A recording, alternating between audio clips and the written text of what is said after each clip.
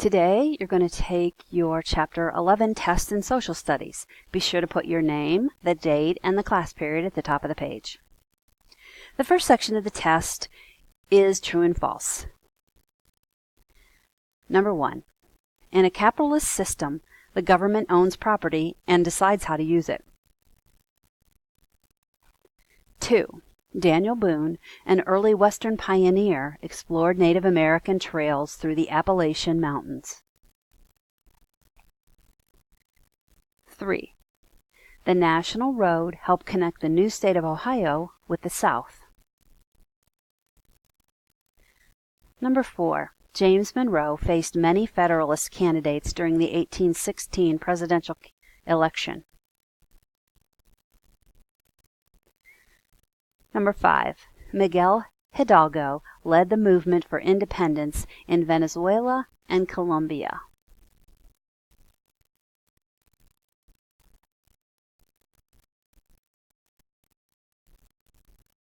The next section is matching vocabulary words.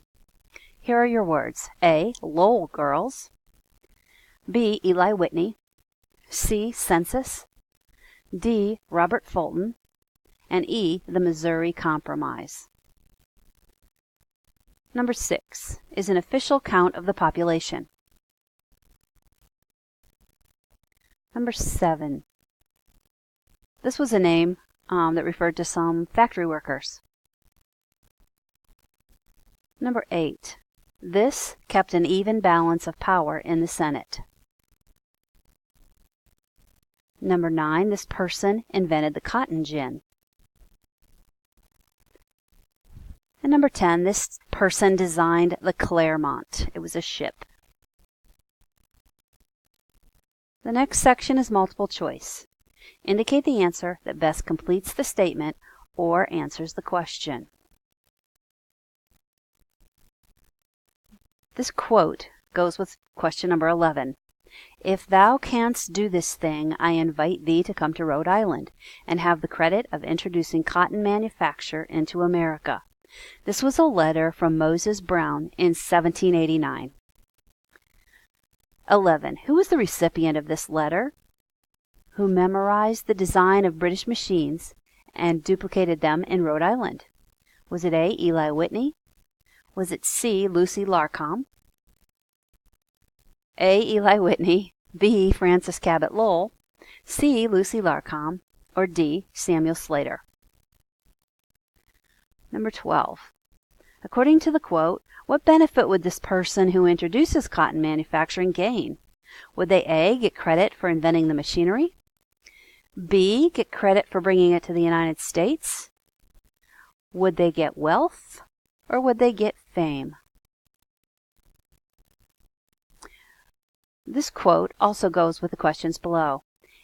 If we look to the history of other nations, ancient or modern, we find no example of growth so rapid, so gigantic, of a people so prosperous and happy. In thinking about what we still have to perform, the heart of every citizen must expand with joy when he reflects on how near our government has approached to perfection. This is from James Monroe's inaugural address in March of 1817. Question 13. As summed up in this quote by President James Monroe, in the years following the War of 1812, Americans had a new spirit of what? A. National pride. B. Perfection. C. Hard work. D. Respecting ancient cultures. Number 14. In the passage, what does Monroe say should give American citizens joy? A. How large the country has grown. B. How nearly perfect the government is.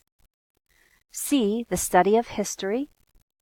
Or D. The tasks still to be done. 15. What was available in New England that was needed to run factory machinery? Now this one no longer refers to that quote.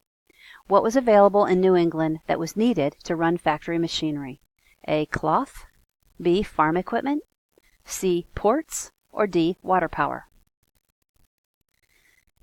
16. Economic freedom, profit, private property, and competition are the major elements of which type of economic system? Is that A, a business's system, B, a corporation system, C, a free enterprise system, or D, an industrial growth system? 17. How did business and government officials plan to connect New York City with the Great Lakes region?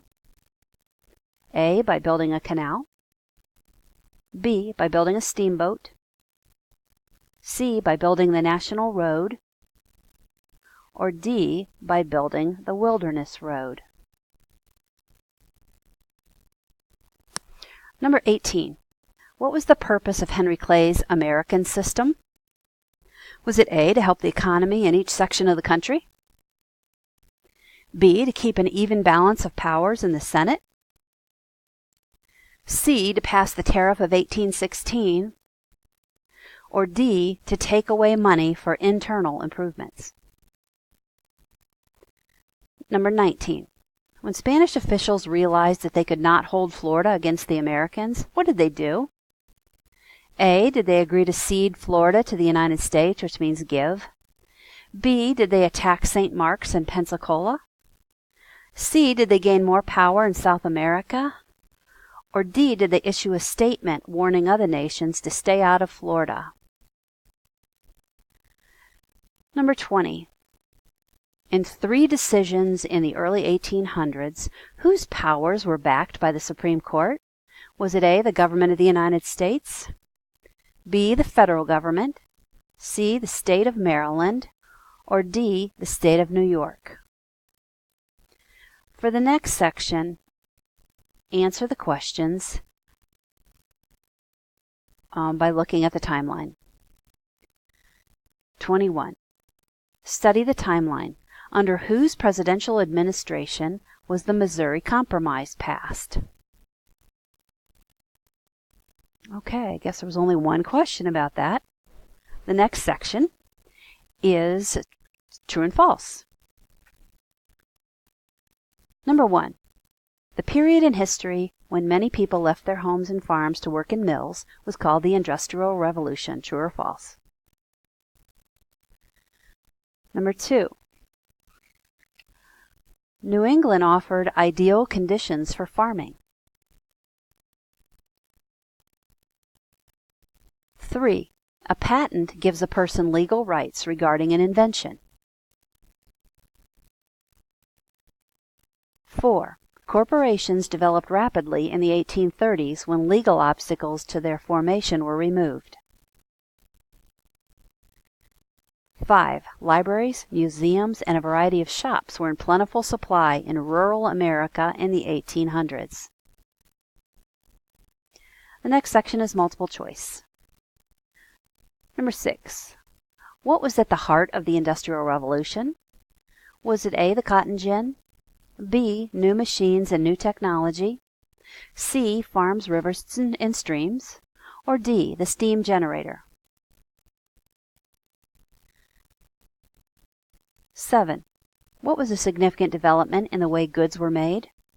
A, the development of mills, B, economic factors, C, the factory system, or D, wealthy merchant association? Number 8. What helped increase cotton production? Was it A, the cotton gin, B, the cotton mill, C, the factory system, or D, the steam generator? And number 9. In what area did many new industrial towns develop?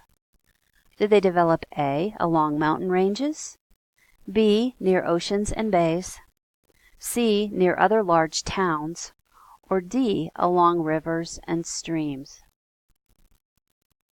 The next section starts with a word bank and some fill in the blanks.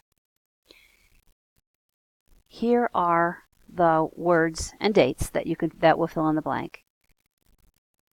1890, 1790, Erie Canal, National Road, nuclear, steam, keys, locks, quilting and sewing.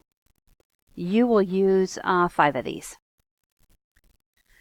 Number 1. The first census of the United States was taken in the year blank. Number 2. The blank extended from New York City to Buffalo and was 360 miles long. Number 3. Beginning in the 1780s, blank engines were used to power boats. Number 4. A series of blank along a canal work like an escalator to help raise and lower boats up and down hills. Number 5. Pioneer women in the West would get together for blank parties. The next section is multiple choice. What were roads? Number 6. What were roads consisting of logs laid side by side called? Were they called A. corduroy roads, B. cotton roads, C. ridge roads, or D. silk roads? Number 7. Which road connected Ohio to the east? Was it A. the east-west road, B. the National Road, C. the Ohio Road, or D. the Vandalia Road? Number 8. Where did early pioneer families tend to settle in communities? Did they settle A. along canals, B. along great rivers, C. along state borders, or D. along toll roads? Number 9. Which of these means of transportation contributed to the growth of river cities such as Cincinnati? Was it A. canals, B. Conestoga wagons, C. new roads, or D. steamboats? Next section is matching. Here's your vocabulary words. A. John Marshall, B. sectionalism, C. the Adams-Onis Treaty, D. Henry Clay, or E. internal improvements. Number 1. This word means loyalty to a region, usually of the country. Number 2. The building of roads, bridges, and canals are this. Number 3. This person was the Chief Justice of the Supreme Court. Number 4. This gave control of Florida to the United States.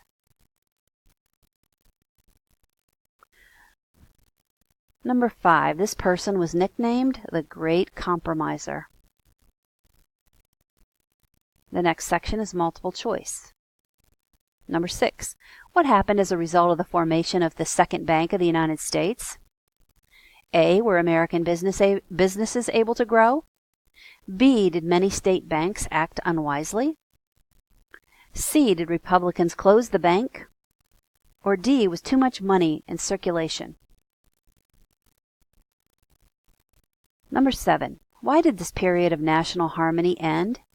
A. Because of arguments over the flag, B. because of arguments over war, C. because of political parties, or D. because of regional differences? Number 8. How was the balance between the North and the South preserved in the Senate? Was that A. by the Maine Compromise, B. by the Missouri Compromise, C. by the North-South Compromise, or D. by the Ohio Compromise? Number 9. Which of the following called for a stop to European colonization of the Americas?